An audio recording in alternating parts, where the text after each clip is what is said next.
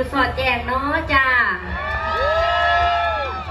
สอดแจงครับผมสอดแจงกีฬาเนี่ยก็ไปแต่งตัวเป็นนักเอกมือนี้จ้าบ่ได้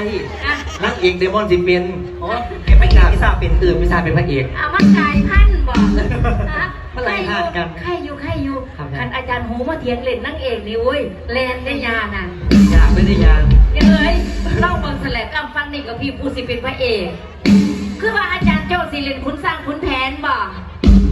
ให้เป็นคุณสร้างก่อนว่าต้อง